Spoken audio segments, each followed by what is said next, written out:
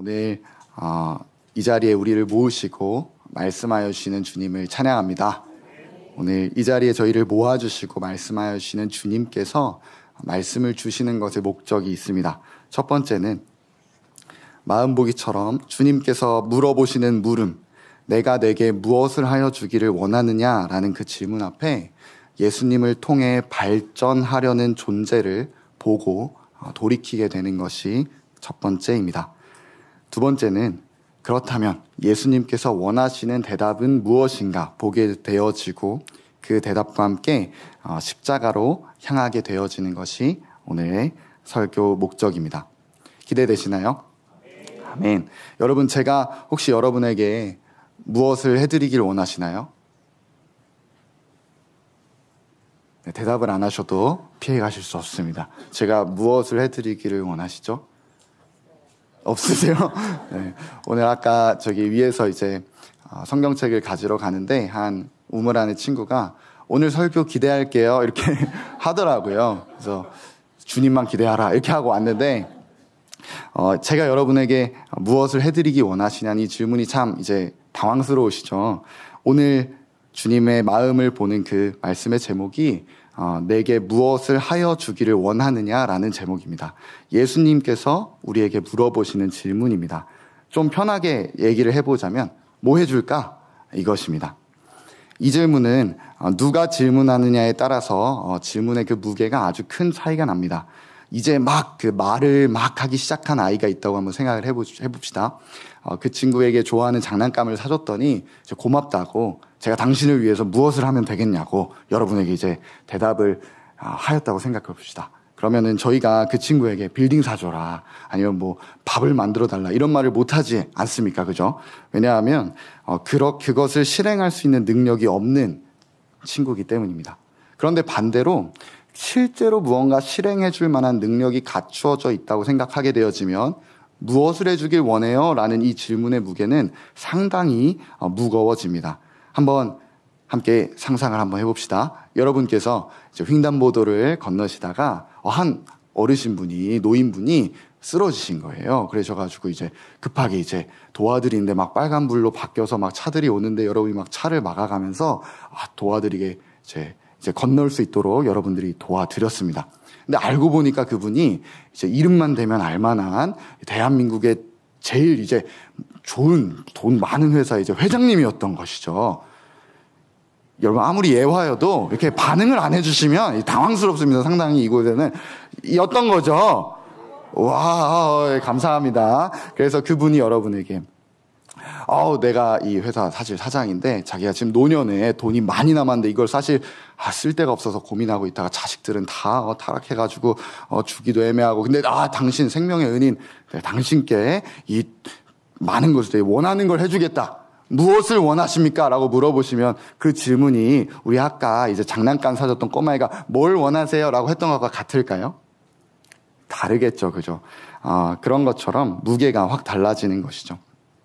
실제 무언가 현실되게 실현을 시켜줄 수 있는 사람이 내가 무엇을 해줄까요? 당신에게 제가 무엇을 해주기 원합니까? 라고 물어보게 되어진다면 그때 우리 마음에 진짜 원하는 바가 드러나게 되어집니다. 오늘 마음보기인 이 질문이 있잖아요. 이 질문이 계속돼서 반복되고 이제 말씀의 주제가 되어질 텐데요. 이 질문을 받게 되어지면 내가 내게 무엇을 해주기 원하느냐라는 이 질문을 받게 되어지면 두 가지가 드러나게 됩니다. 첫 번째는 질문을 받은 사람 안에 있는 소원이 드러나게 되어집니다. 당연하죠. 무엇을 해주기 원해요? 라고 했는데 그 사람이 무언가 실제 해줄 만한 사람이라면 우리 마음속에 원하는 걸 말하게 되어지겠죠. 두 번째는 이러한 상황을 한번 생각해 볼까요? 저희가 요즘에는 이제 다른 교회와 축구를 하지 않지만 한때 이제 다른 교회와 축구를 하면서 치열한 전투를 벌였던 적이 있습니다. 이제 다른 교회와 얼마나 자존심 싸움이 치열한지 아세요, 여러분? 절대 모르시죠? 아무튼 제가 다른 교회에 이렇게 축구를 하고 있을 때 이제 우리 토부 학생들 축구를 잘하는 친구들도 많고 하잖아요. 막 이제 전 축구를 이제 좋아는 하지만 잘은 못하거든요. 근데 이렇게 막 축구를 하고 있는데 마지막 이 절체절명의 순간에 우리가 아직도 지고 있고 추가 시간 3분만 남은 그 시점에 이제 제가 얘들아 선교사님이 너희를 위해 무엇을 해주면 되겠니? 이렇게 한다면 아이들이 뭐라고 할까요? 거기서 응원만 하세요. 이렇게 하지 않을까요? 그죠?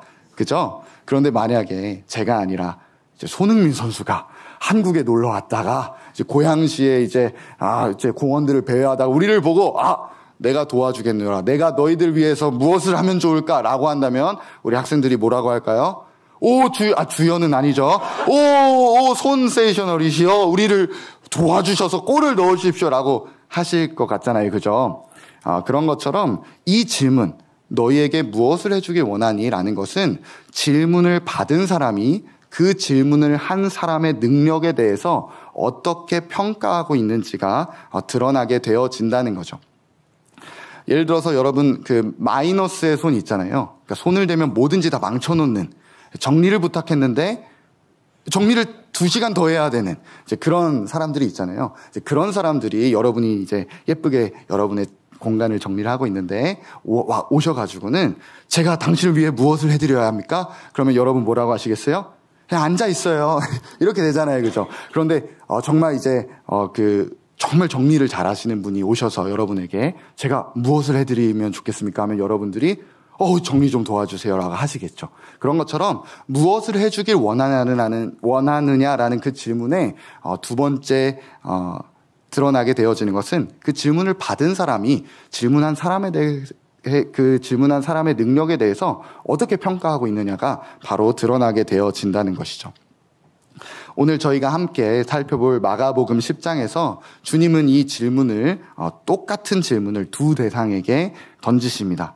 그 질문 속에는 질문을 받은 그 사람 안에 있는 소원과 그리고 그 사람이 예수님의 능력을 어떻게 평가하고 있는가에 대해서 드러내시려는 의도를 가지시고 주님께서 질문하시는데요.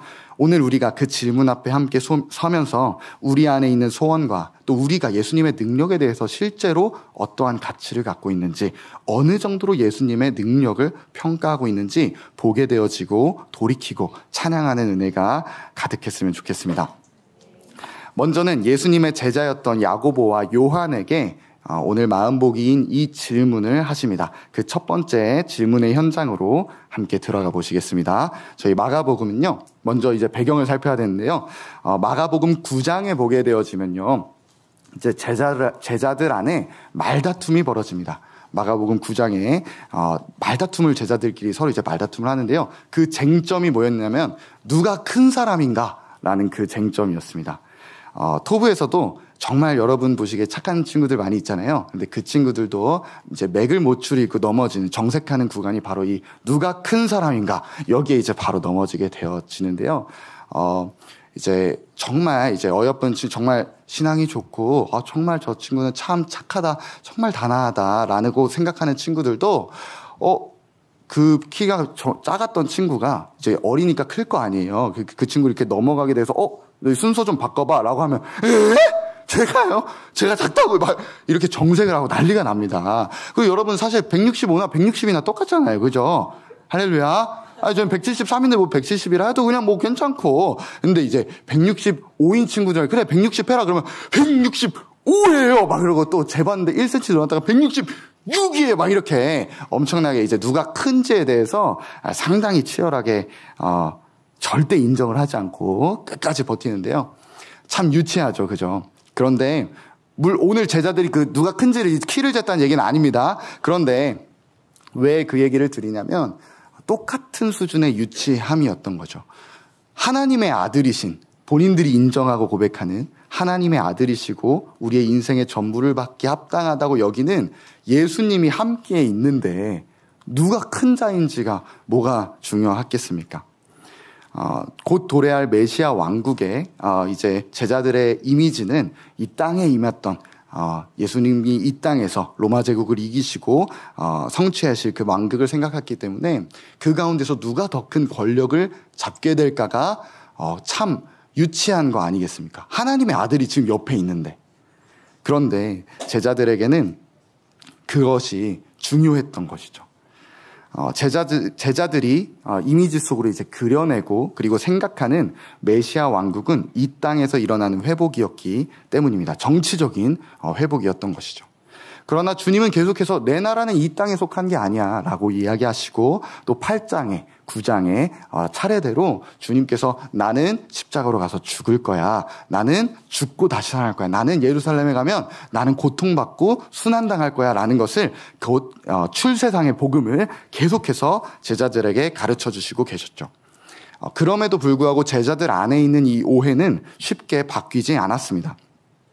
여전히 제자들 안에서 이 땅에서 누가 큰지를 논쟁하고 그리고 누가 더 큰지 갖고 계속해서 싸우는 제자들에게 마가복음 9장에서 주님은 어린아이의 비유와 그리고 지옥에 대한 경고의 말씀으로 하늘로 가야 한단다. 이 땅에서 높아져 봤자 다 이 땅의 것이야 라는 것들을 가르쳐 주시는 장면이 마가복음 9장에 이제 나타나 있고요. 그 후에 오늘 본문인 오늘 함께 볼 마가복음 10장으로 나타나게 되어집니다. 마가복음 10장이 이제 전체 말씀을 다룰 수는 없지만 먼저 여러분 잘 아시는 부자 청년 이야기가 17절부터 나오게 된 이후에요. 다시 한번 예수 그리스도께서 제자들에게 본인이 가실 길을 분명하고 확실하게 말씀해 주십니다. 그것은 바로 죽음이라는 길이었습니다. 저희 10장 33절과 34절 말씀 한 목소리로 읽어보도록 하겠습니다. 시작. 보라, 우리가 예루살렘에 올라가노니 인자가 대제사장들과 서기관들에게 넘겨짐에 그들이 죽이기로 결의하고 이방인들에게 넘겨주겠고 그들은 능욕하며 침뱉으며 그는 3일 만에 살아나리라 하시니라. 아멘. 예루살렘에 점점점 가까워지시면서 주님은 자신의 죽음에 대해서 반복적으로 가르쳐 주시고 말씀해 주시고 계십니다. 그래서 함께하는 자들이 계속 죽는다 얘기하시니까 두렵기도 하고 놀랍다고도 기록되어져 있습니다. 그럼에도 불구하고 그렇게 계속해서 죽어야 된다는 말씀을 하심에도 불구하고 제자들은 여전히 이 땅에서 큰 사람이 되고 싶어 했고 그들이 생각하는 예수님의 구원이라는 것의 능력의 범위는 이 땅 안에 있는 것에 불과하다고 오해하고 있었습니다. 우리 민족을 구원하실 구원자 그리고 하늘의 천군으로 로마 제국을 무찔러내고 왕자에 앉으실 분, 새로운 정치 정권을 가져다 주실 분으로 예수님을 여기고 있었던 본인들의 그 생각이 아주 확고했습니다. 그렇기 때문에 그게 딱 답으로 자리를 잡고 있으니까 주님이 말씀해 주시는 아무리 출세상을 말씀하셔도 제자들이 들리지 않고 계속 누가 크냐, 누가 옆자리를 차지할 것이냐 이것이 계속 그들의 관심거리고 주제였던 것입니다. 주님께서는 그 마음을 오늘의 마음보기로 내가 너희에게 무엇을 하여 주기를 원하느냐라는 말씀으로 드러내어 주십니다. 저희 마가복음 10장 36절 37절 함께 읽어보도록 하겠습니다. 시작. 이르시되 너희에게 무엇을 하여 주기를 원하느냐 여짜오되 주의 영광 중에서 우리를 하나 주의 우편에 하나는 아멘. 예수님을 찾아온 야고보와 요한이 주님의 주님께 이제 주님을 찾아온 거죠. 주님을 찾아온 야고보와 요한을 향해서 주님께서 이 질문을 하십니다. 내가 너희에게 무엇을 하여 주기를 원하느냐? 그때 이 두 사람 안에 있던 본인들 안에 있던 소원과 그리고 본인들의 예수님을 생각하고 있던 그 능력, 본인들이 평가하고 있던 예수님의 능력 기준이 확 드러나게 되어집니다. 그들의 소원은 발전에 있었습니다. 이 땅에서 더 높아지는 것, 더 큰 사람이 되어지는 것. 예수님을 이 땅이라는 범위 안에서의 구원자, 왕으로 생각하는 그 본심이 이 질문 앞에 드러난 것입니다. 다른 제자들은 달랐을까요? 아니요. 곧 바로 보시면 제자들이 막 분을 내면서 왜 너희만 높은 자리 달라고 인사청탁을 하느냐. 우리도 높은 자리에 오르고 싶다 막 싸우는 장면이 나오거든요. 덩달아 화내면서 서로 다투죠. 제자들 안에 동일하게 다 그러한 마음이 있었던 것입니다. 주님께서 제자들에게 고난과 죽음과 부활 그리고 출세상의 복음을 반복하여 가르쳐 주신다 할지라도 여전히 이 땅이라는 그 범위를 벗어나지 못하니까 발전을 추구하는 것입니다. 주님은 그런 제자들의 마음을 보시고 다시 한번 가르쳐 주십니다. 10장 44절 45절 함께 읽어보겠습니다. 시작. 너희 중에 누구든지 모든 사람의 종이 되어야 하리라.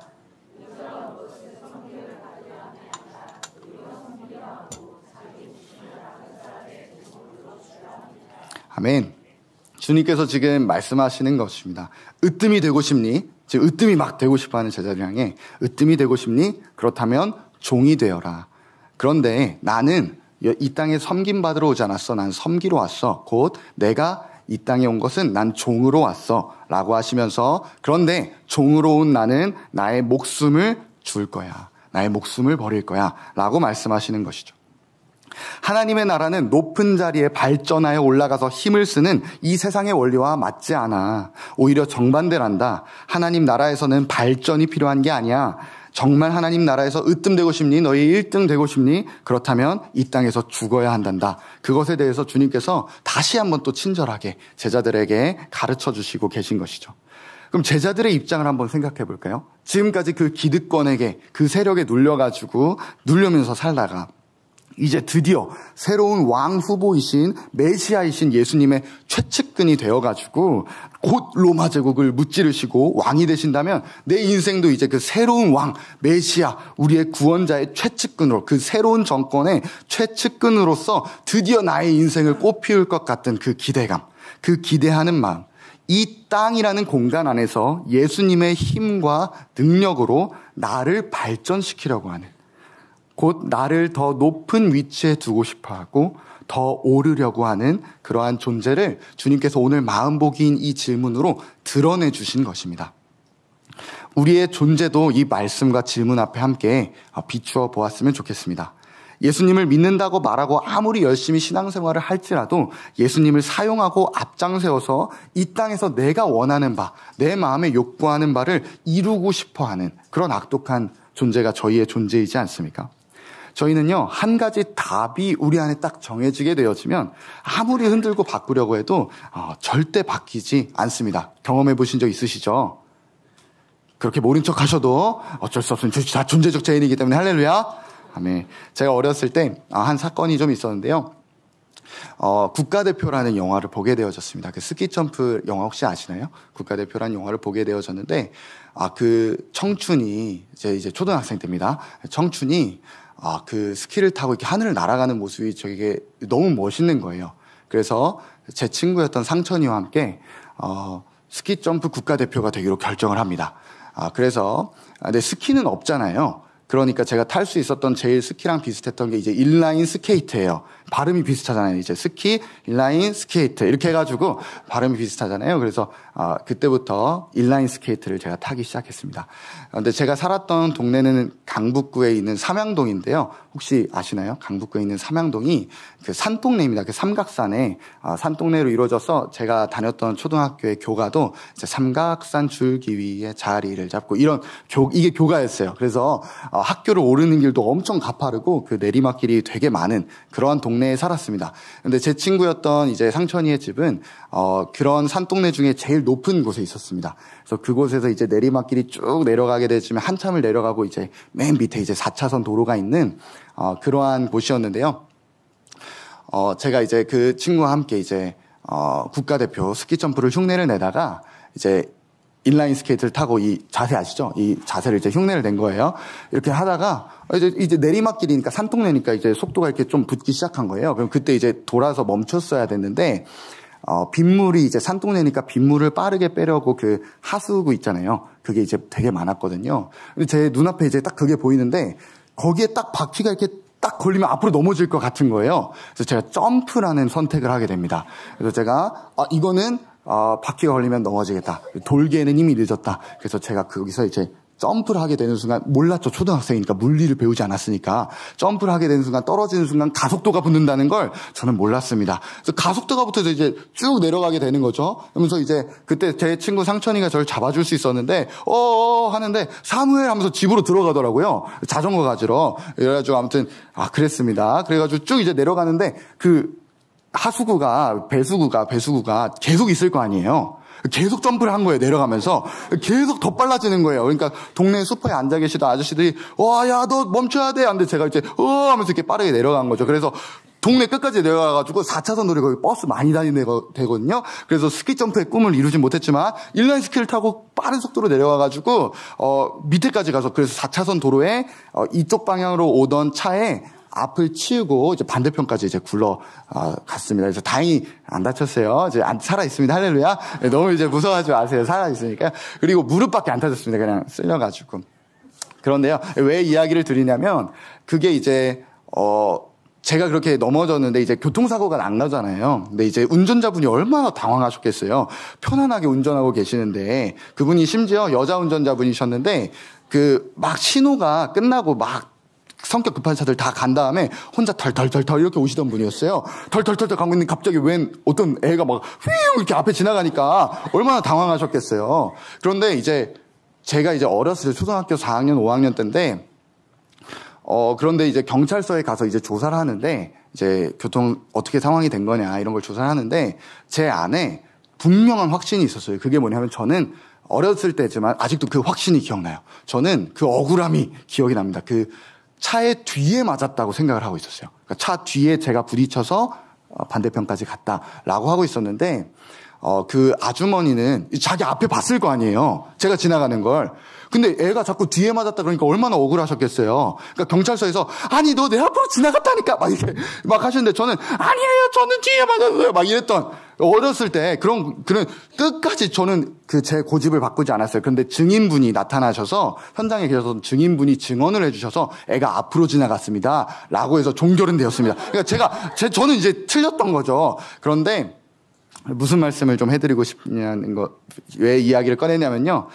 이 어린아이라 할지라도요, 한 가지 답이 딱 내려지잖아요.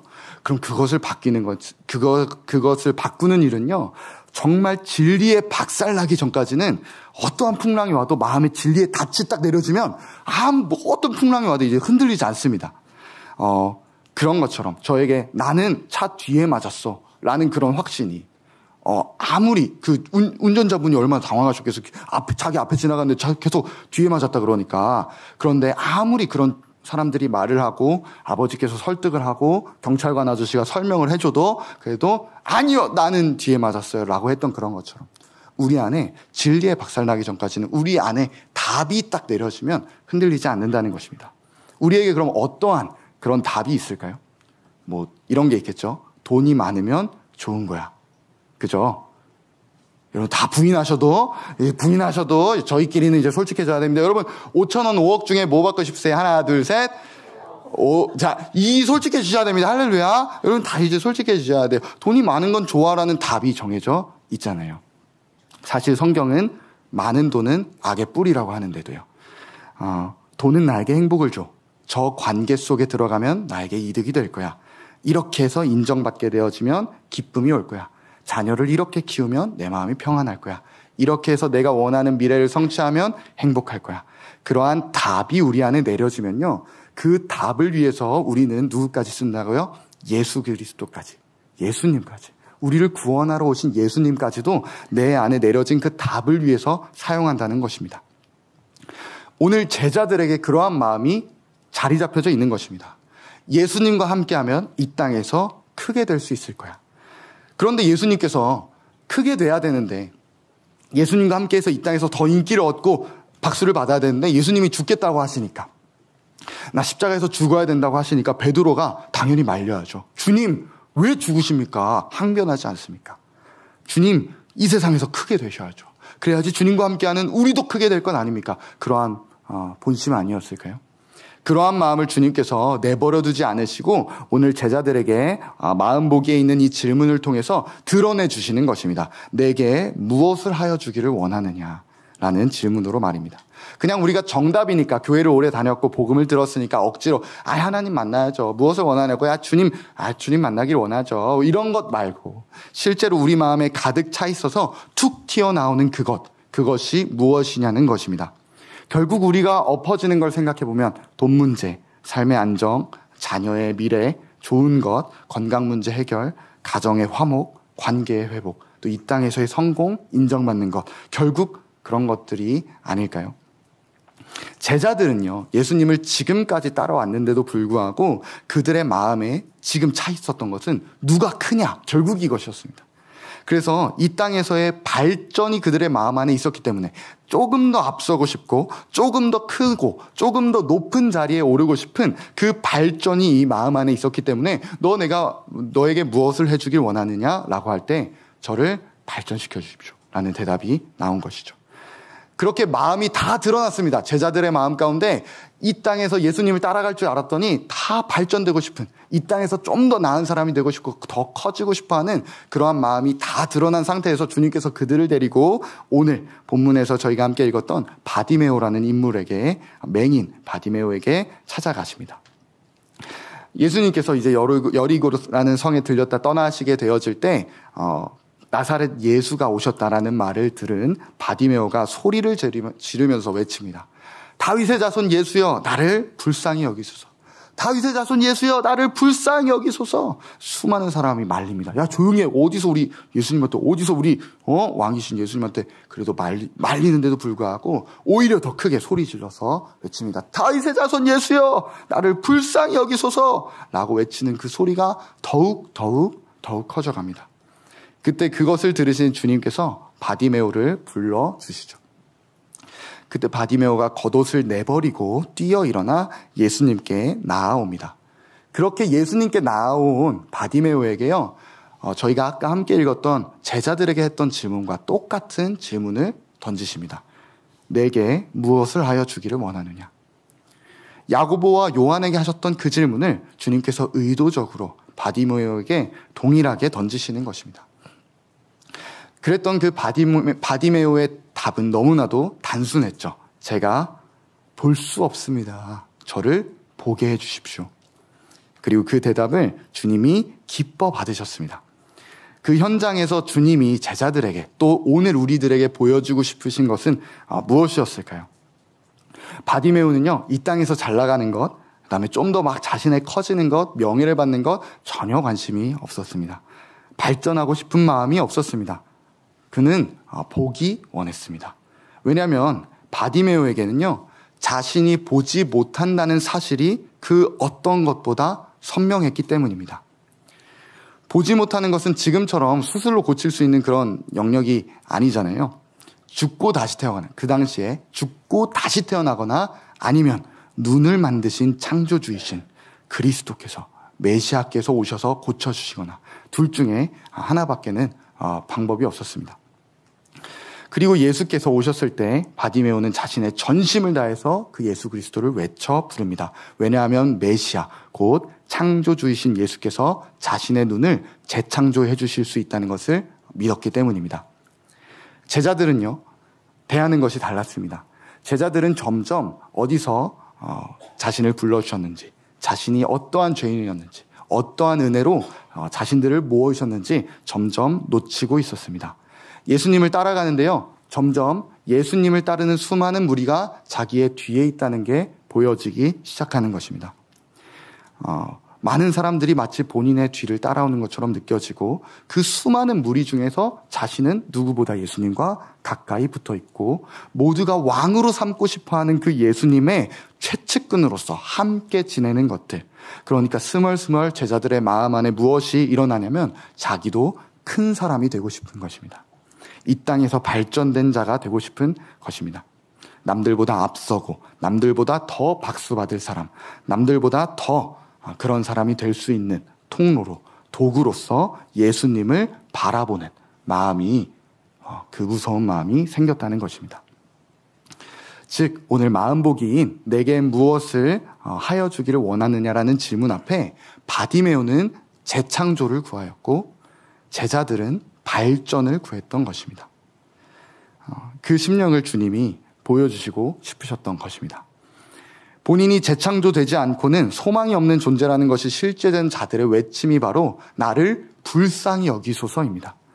제자들도 처음에는 분명한 동일한 고백으로 나아왔지만 점점 나를 불쌍히 여기소서라는 고백이 아니라 주님, 나를 저 사람보다는 크게 여겨주십시오. 주님, 나를 저 사람보다는 낮게 봐주십시오. 라는 고백으로 변질되어 갔습니다. 그렇게 고백이 바뀌어가는 제자들에게 오늘 주님이 바디메오를 통해서 너희들이 구해야 될 것은 발전이 아니야. 너희들이 구해야 될 것은 재창조란다. 라는 것을 말씀해 주시고 계십니다. 그 재창조에 대한 이 바디메오의 소망이 얼마나 강한지 생계를 유지하는 데 필수적인 본인의 겉옷을 그냥 내버리고 뛰어 일어나서 예수님께 나아옵니다. 난 재창조 외에는 나에겐 아무 소망이 없어요 라는 것들을 마치 그렇게 표현하듯이 예수님께 달려 나왔습니다. 이 존재의식, 나는 죽은 개와 같습니다. 나는 벼룩과 같습니다. 나는 재창조되지 않고는 살 수 없는 자라는 그 의식이 우리에게도 실제 되어서 오늘 주님께서 내가 너에게 무엇을 해주기를 원하느냐라는 그 물음 앞에 우리의 가정, 학업, 미래, 자녀, 건강, 성공, 관계, 재정, 수많은 것들의 발전을 구하는 것이 아니라 이 땅에서의 더 나아지는 것을 구하는 것이 아니라 주님, 저 그 모든 것을 주관하시는 하나님을 볼 수 없는 맹인입니다. 저의 눈을 뜨게 하여 주십시오. 저의 눈을 재창조하십시오. 그것을 구하는 오늘 밤이 되었으면 좋겠습니다. 아멘. 오늘 저와 여러분에게 우리 마가복음 10장을 통하여서 주님께서 물어보십니다. 내가 너에게 무엇을 해주기를 원하느냐? 여러분은 이 땅에서 더 나아지고 더 높아지고 더 발전되고 더 커지는 그러한 발전을 구하시겠습니까? 아니면 주님, 저는 재창조되어야 하는 자입니다. 눈은 썩어서 주님을 보지 못하고 제 귀는 닫혀서 하나님 말씀을 듣지 못하고 제 혀는 마비되어 주님의 아름다우심을 맛볼 수 없는 죽어야만 하는 죄인입니다. 주님, 저는 방향성이 없어서 올바른 길을 알지 못하고 발은 피 흘리는 데 빠르며 모든 감정은 죄를 좋아하고 주님을 거부하는 저는 죽어야 하는 자입니다. 그것을 인정하며 십자가로 가시겠습니까? 오늘 그 마음 깊은 곳에 그 인정됨이 바디메오와 같이 일어났으면 좋겠습니다. 아멘. 이 전인격적으로 나의 존재는 아무런 소망도 없다는 것이 모든 영역에서 인정되어질 때 우리에게 내려지는 결론은 단 하나입니다. 아, 내가 죽어야 하는구나. 죽고 다시 태어나지 않으면 안 되는구나. 개조하고 발전시켜서 나아지는 존재가 아니라 완전히 새로운 재창조가 이루어져야 하는 존재이구나. 그렇게 인정하며 나아온 자들에게만 재창조를 이루신 십자가가 복음되어집니다. 인정합시다. 바디메오에게 앞이 안 보이는 게 선명했잖아요. 그죠? 앞이 안 보이니까 앞이 안 보이는 게 본인이 맹인이라는 사실이 선명했던 그만큼 나의 존재에 솟구쳐 오르는 죄됨이 우리에게 선명하게 되어져서 주님께서 내가 너에게 무엇을 해주기를 원하느냐라고 물어보실 때 거기서 주님 앞에 저 이거 발전되기 원해요. 이건 나아지기 원해요. 이 형편이 좀 괜찮아졌으면 좋겠어요. 그것을 구하는 것이 아니라 주님, 저 죽어야 하는 자입니다. 저에게서는 이 땅에서의 발전이 아닌 재창조가 필요합니다라고 고백하고 인정하며 통회하며 나아가는 저희 되어졌으면 좋겠습니다. 바디메오에게 눈이 앞이 안 보여서 자기가 맹인이란 것이 선명할 때 너 내가 뭘 해주면 좋겠니? 라고 물어보시는 주님 앞에 눈을 보게 해주십시오 라고 나왔던 것처럼 우리 안에 죄됨이 우리의 존재의 악함이 실제되어지고 선명되어질 때 우리 하나님께서 내가 너에게 무엇을 해주길 원하느냐 라고 할 때 우리 주님 앞에 단순하게 저 다시 태어나야 합니다. 주님, 저는 재창조되어야 합니다. 이 땅에서 발전되고 개조되어서 나아질 수 있는 존재가 아닙니다라는 그 고백이 실제되어지길 축복합니다. 그제서야 2000년 전 십자가에서 예수님과 함께 죽은 내가 보입니다. 아멘. 그 십자가의 믿음으로 연합됨이 현실될 때 하늘길이 열리고 이 땅에서 썩어 없어질 발전만 구하다 죽을 존재를 하늘의 가장 높으신, 가장 고귀하시고 가장 존귀하신 그 전능자의 그늘 아래에 두시고 교제하시고 사랑하자 하시고 노래하자 하시는 그 아름다우신 하나님을 만날 수 있지 않겠습니까? 그 하나님께서 오늘 이 밤에 우리의 존재를 인정하며 나아갈 때 십자가에서 하늘의 실제됨이 우리 생명 깊이 일어나기를 예수 그리스도의 이름으로 축복합니다. 아멘. 찬양하시겠습니다. 우리 오늘 교회와 선교사님을 통해서 하나님의 말씀을 저에게 주셨습니다. 우리가 정말 고집스러운 존재라는 것, 하나님께서 우리에게 내게 무엇을 하여 주기를 원하느냐 말씀하실 때 실상 우리가 구하는 것이 재창조가 아닌 하나님의 십자가의 긍휼을 의지하는 것이 아닌 나의 발전, 이 땅 가운데 무엇을 구할 수밖에 없는 나의 존재였구나를 오늘 말씀을 통해서 보게 하셨습니다. 우리 말씀을 꼭 통으로 듣고 순하게 따라갔으면 좋겠습니다. 말씀 정말 내가 그대로 살아보고 싶다고. 주님 저 말씀 주셨잖아요. 저 정말 나의 발전이 아닌 재창조가 실제되는 인생 되기 원합니다. 우리에게 이 제자들이 큰 자를 구하였던 것처럼 하나님을 이용하는 그 맹수의 기질을 가진 존재가 아니라 정말 나 예수님과 연합해 죽고 산 그 실제, 정말 내가 죽은 개와 벼룩과 같은 존재입니다. 주님, 나 주님이 필요합니다. 정말 나 주님, 이 땅 가운데 어떠한 것을 구할 수밖에 없는 나의 존재 보게 하옵소서, 실제되게 하옵소서. 우리가 아니라고 고백하고 괜찮다 하지만 실상 우리의 속에서 의식하고 소원하는 것이 무엇인지 주님께 그대로 탄원하고 주님께 긍휼을 구했으면 좋겠습니다. 이 바디메오가 그랬던 것처럼 생계의 모든 것을 내팽겨치고 나 눈을 뜨기 원합니다. 나 재창조되기 원합니다. 주님, 내가 실상은 맹인과 같습니다. 이 땅 가운데 주님을 보지 못하고 이 땅을 볼 수밖에 없고 이 땅 가운데 어떠한 나의 이 땅의 가치만을 구할 수밖에 없는 나의 존재를 주님 긍휼히 여겨 주옵소서. 나 정말 재창조되지 않고서는 소망이 없는 자입니다. 나 죽은 개나 벼룩과 같아서 주님과 십자가에서 함께 연합해 죽지 않으면, 이것이 실제되지 않으면 나 주님을 볼 수 없는 존재라는 그 고백이 우리에게 정말 확인되면 좋겠습니다. 이 시간 우리 함께 그것을 위하여 기도할 텐데요. 나 정말 예수님과 함께 죽어서 재창조된 그 역사가 정말 맹인으로서 하나님을 볼 수 없고 이 땅의 가치를 볼 수밖에 없는 나의 존재, 정말 죽은 것 실제되게 하옵소서.